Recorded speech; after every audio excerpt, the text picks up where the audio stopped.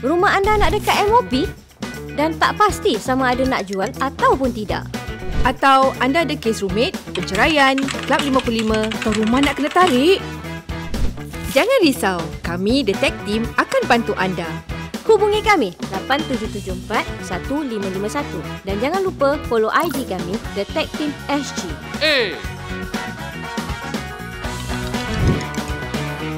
Cepatlah, dah pukul berapa? Kata nak pergi viewing.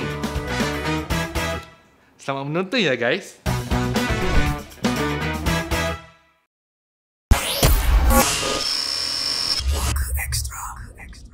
Hai, Assalamualaikum semua. Kita jumpa lagi dalam Puaka Extra. Okey, biasa di sini kita akan kongsi macam-macam apa yang kita boleh kongsi. Yang penting jangan skip iklan. Tu juga membantu kita sikit sebanyak ya. Betul. Sikit-sikit lama-lama jadi bukit. Dan pada minggu ni kita nak kongsi satu lagi kata orang tu bukan sumbangan, soalan daripada penonton. Okey, sekejap dia masih tak faham lagi. Dah, thank you very much bagi siapa saja yang sponsor. Siapa yang sponsor? Siapa Yang sponsor siapa? Dia macam nama-nama macam anak metro dulu. Siapa tu? Remy apa? Remy Ishak. Remy Tunen. Apalah Ustaz ni lupa. Bukan Remy Ishak. Okey, daripada Remy pula, daripada Encik P. Encik P. Tak boleh kasi nama kan? Encik P. Alright, Encik P. Okey. Salam. Waalaikumsalam. Waalaikumsalam warahmatullahi. Saya nak tanya, ada seorang kawan yang tak percayakan vaccination. Ni cakap pasal COVID ni, injek ni semua. Oh, injek. Okey. Tanyakan pasal vaccination, injection tu, dan dia cuma amalkan sepotong ayat yang dikongsikan oleh seorang hamba Allah yang katanya secara tak langsung boleh jadi semacam immune system dan melindungi kita dari COVID. Wah, canggih tu. Kalau gitu semua orang nak belajar Bagus. Kawan-kawan Cina saya mesti nak belajar banyak. Kawan-kawan yang lain. Betul. Semua amalkan ayat tu. Apa ayat ni? Tak tahu, dia tak kasi. Tak kasi? Mungkin secret. Oh, Nak okey. hidup seorang Jadi kita jadi zombie Soalan kedua. Okey, soalan kedua saya pun berkaitan dinamik ayat. Dengan ayat. Berkaitan dengan ayat. Okay. Pernah juga tonton video luar negara kat YouTube pasal orang hantar kereta ke bomo kereta katanya untuk betulkan mobilnya yang kemek. Yang heran dia tidak menggunakan gadget untuk betulkan kemek tu, tapi gunakan ayat-ayat dan cara khas yang tertentu. Jadi apa pendapat Ustaz mengenai dua soalan ni, pasal boleh dikatakan ayat power. Adakah ayat power? Banyak sebetulnya dalam Al-Quran, banyak sekali ayat yang power lah sebetulnya. Cuma kita tengok yang ayat power ni, dia ada ayat-ayat yang sesuai pada situasi, pada keadaan orang tersebut. Jadi contoh yang tadi yang pertama pasal maknanya dia tak nak ambil vaksin lah. Dia tak ambil ke dia ambil? Tak nak ambil. Kalau boleh dia tak nak ambil sebab dia amalkan ayat yang diberikan. Okey. Bagus sebetulnya, bagus. Tak salah pun. Contohnya kalau ayat tu ayat daripada Al-Quranul Karim, boleh sahaja you nak amalkan, you tak nak ambil vaksin, you amalkan macam gitu. Tetapi you kena faham, dalam konsep Islam ada namanya doa, betul? Dan ada namanya tawakal. Tapi jangan lupa, sebelum doa dan tawakal tu ada satu lagi dipanggil sebagai ikhtiar.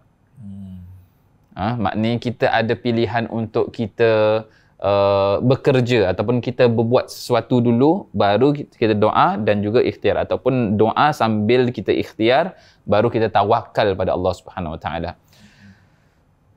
Nasihat saya, sebaiknya ambil vaksin dan juga amalkan doa tersebut, baru kita tawakal. Saya teringat ada satu cerita daripada salah satu hadis Nabi SAW. Jadi diceritakan bahawasanya ada seorang sahabat ni, dia nak masuk masjid tau. Dia nak masuk masjid, tapi dia bawa dia punya kenderaan dia, which is unta. So ketika itu dia tak nak ikat dia punya unta tu, kan unta kan ada dia punya macam tali gitu kan.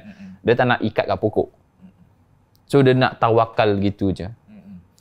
Jadi ketika Rasulullah SAW dapat tahu tentang itu, maka Rasulullah SAW beritahu pada dia untuk ikat unta kamu baru tawakal pada Allah. Ini menunjukkan bahawasanya perlu ada usaha dulu. Iaitu dengan ikat dia punya unta dulu kat pokok tu, baru tawakal pada Allah Subhanahu Wa Taala. So, tak sama dalam keadaan COVID ni, betul tak salah pun kalau kita nak doa pada Allah Subhanahu Wa Taala, nak tawakal terus boleh. Cuma sebaiknya kita ikut seperti tadi. Maknanya kita ada usaha dulu. Usahanya apa? Dengan kita vaksin. Jadi dia akan mengurangi orang-orang yang di antara kita yang akan terkena daripada wabak disebabkan oleh diri kita. Jadi kita sebagai seorang Muslim pun kita kena fikir, bukan kita Muslim ni bukan disebabkan kita saja, kita fikir kita saja, tak. Kita kena fikir orang yang bersama dengan kita pun sama. Maknanya keselamatan kita pun tanggungjawab kita. Mereka punya kesihatan pun tanggungjawab kita. Mereka terkena penyakit disebabkan oleh kita pun itu tanggungjawab kita. Maka kita pun kena jaga diri kita agar tidak terkena daripada COVID-19, iaitu di antaranya dengan vaksin. Kemudian ada salah satu doa yang mungkin kita boleh amalkan, yang mana hadis ni adalah hadis sahih.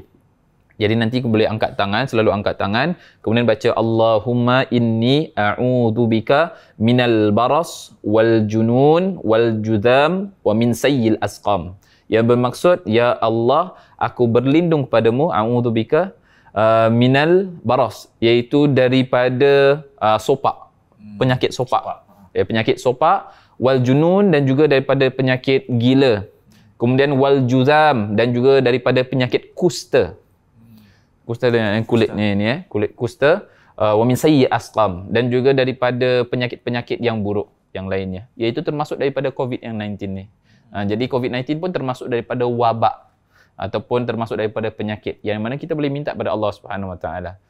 So saya rasa ini kalau doa, kalau boleh kita boleh amalkan, selalu amalkan sekali lah. Nanti boleh kasih kat maybe ruang komen ke, ataupun maybe kat bawah macam biasa. Kat bawah je lah, nanti kita letak di situ. So itu hadis yang sahih. Kalau boleh amalkan, selalu amalkan, baru tawakal pada Allah Subhanahu Wa Taala. Itu nasihat saya. Jadi keturang tu kita pun bertanggungjawab lah pada diri sendiri dan juga pada masyarakat di sekeliling. Betul. Dan cakap pasal tu juga, yang kata orang tu yang dapat title anti-vax.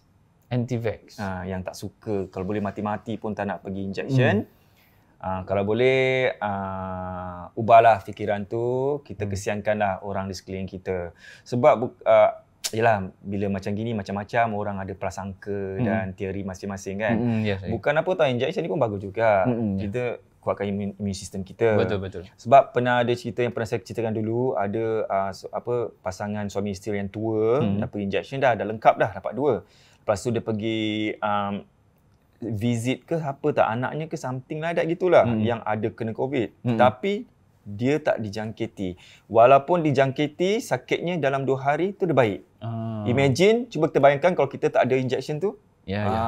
Itu apa yang saya dengar daripada luar negara. Kalau kat dalam negeri pula, ada baru-baru ni kawan adiknya gitulah kan. Kat kerja tu macam ada, sama lah sekarang tengah merebak. Jadi ada kena COVID juga. Positif. Kan? Tapi dah apa kata tu? Diasingkan, pergi ke hotel. Lepas tu check berapa hari dah negatif balik. Okey. Maknanya sistem tu okey, tapi dia cakap dia tak sakit macam mana pun, macam semua flu biasa je. Tak mudarat kan. So ini ada kelebihannya lah kalau kita dah dapatkan injection ataupun vaksin ni sebanyak 2 kali. Dia mungkin orang fikir yang orang bila terkena vaksin ni dia tak akan kena COVID. Dia bukan gitu. Dia boleh terkena. Tapi instead of macam gini dia terkena, dia punya rabat dia, maybe dia bawa balik rumah ke apa, dia kena sikit begitu je.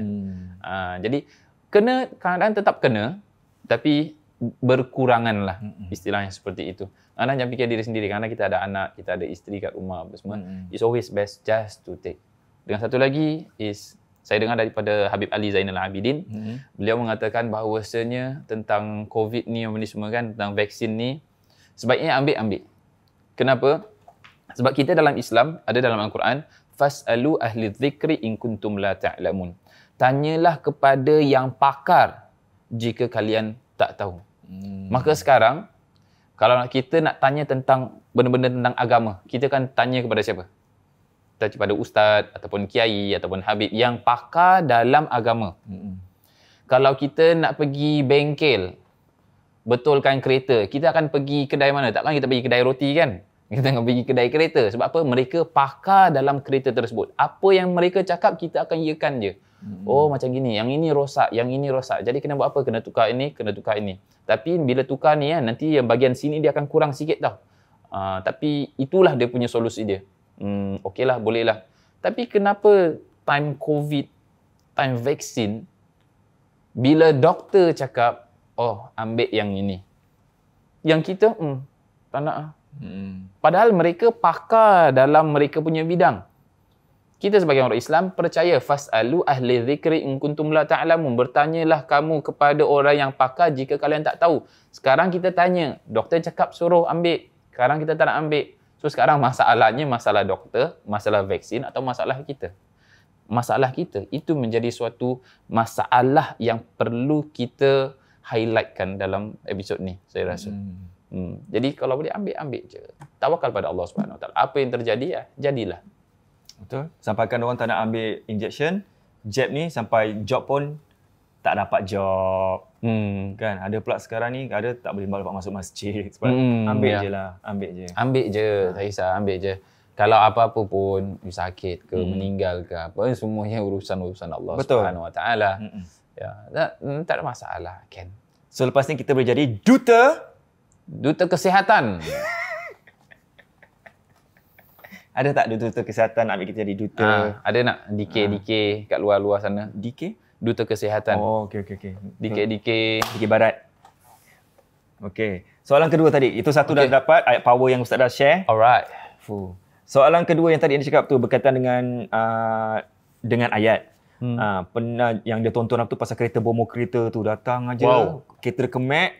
Lepas tu dia pun heran, ni betul ke bomo kereta ni memang tak ada macam workshop biasa kereta kan. Lepas tu sekejap je, 6.5 dah okey. Lepas tu katanya kena macam mana boleh buat ni? Adalah baca ayat gini gitu. So macam mana? Apa pendapat Ustaz? Oh, kalau ada ayat Quran macam gitu yang bilang saya. Saya pun nak buat juga. Saya pun nak buat bisnes. Saya pun nak buat bisnes Ustaz. Wow. Wallahu a'lam lah. Saya tak tahulah apakah dia betul ke tak. Tapi berdasarkan pengalaman saya kat Indonesia, duduk selama 7 tahun bersantren, kita ada kenal satu tempat namanya Ketok Magic. Apa? Ketok Magic. Ketok Magic. Ketok Magic. Tapi dia beritahu Ketok Magic.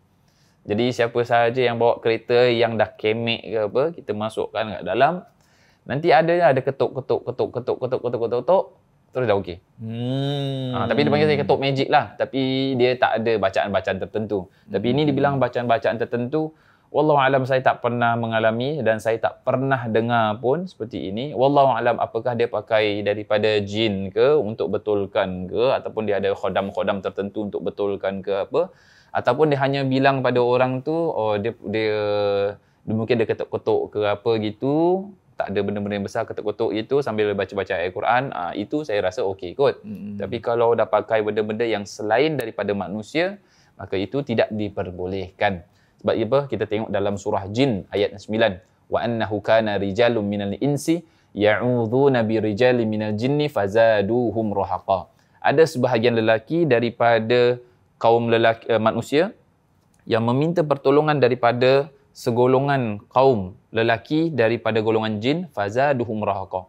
Maka pertolongan tersebut sebetulnya dia akan menambahkan lagi rahaqa, iaitu kebinasaan. So tidak diperbolehkan untuk meminta kepada jin untuk tolong pun, benda yang baik pun tak boleh. Tak boleh. Right? Okey. Itu dia diharapkan siapa tadi? Encik P dah dapat jawapan yang kalau boleh pun kita jangan percaya sangatlah dengan orang tu. Ya, true.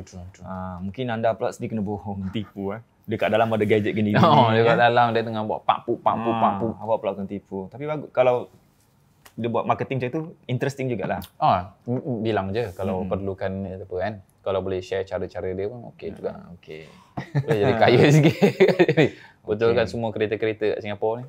Ketuk Magic, ketuk orang yang macam kasih pandai biasa ketuk Magic. Oh bagus. Itu saya ketuk diri saya sendiri dulu. Kasih pandai.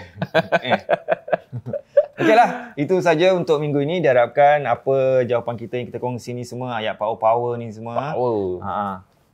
Boleh kita amalkan. So, yalah, jangan lupa kalau nak beli merch kita, boleh ke puakasg.com Dan kita juga nak juga terima kasih pada sponsor kita, Pasal Jual Rumah, The Tech Team SG. Tech Kalau Team ada SG, masalah pasal rumah, kalau anda ada kemuskilan, apa-apa mengenai jual rumah, beli sewa rumah ni semua, awak boleh telefon dorang, boleh DM dorang semua boleh layan korang menerusi video call ataupun Zoom. It's always best to plan daripada awal. Especially yang bagi yang rumah nak MOP. Dah masuk 5 tahun kan. Tahun keempat, you already have to tanya dorang apa nak buat, kemudian harga lebih kurang macam berapa, ni semua. Just ask. Dorang semua friendly, insyaAllah. Betul. Ingat, dengar cakap pakar, jangan dengar cakap kawan. Kau, dorang pakar, agent, the tech team, dorang pakar. Tanya dorang. Sebelum tu tanya vaksin dulu, baru tanya. Ada lagi nak tambah? Tak ada. Apa tak ada? Tak ada.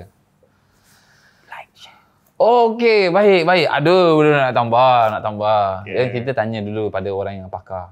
Okay. Jangan lupa untuk like, share dan juga subscribe. So, tekan butang loceng kat bawah.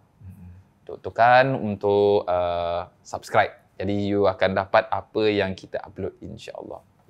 Kalau anda nak tengok episod-episod yang lalu, jangan lupa kat bawah sini ada gambar-gambar nanti, awak boleh klik lah. Playlist. Swipe up. Yelah, dia akan swipe up dulu baru dia akan nampak kat bawah kan.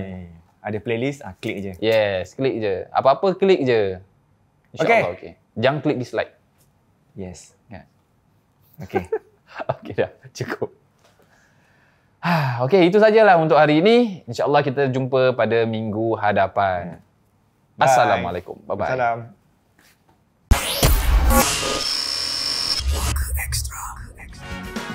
So guys, jangan lupa follow IG kami The Tech Team SG. Atau kalau ada banyak lagi soalan nak tanya, boleh hubungi kami di talian 8774 1551. See you next week ya guys.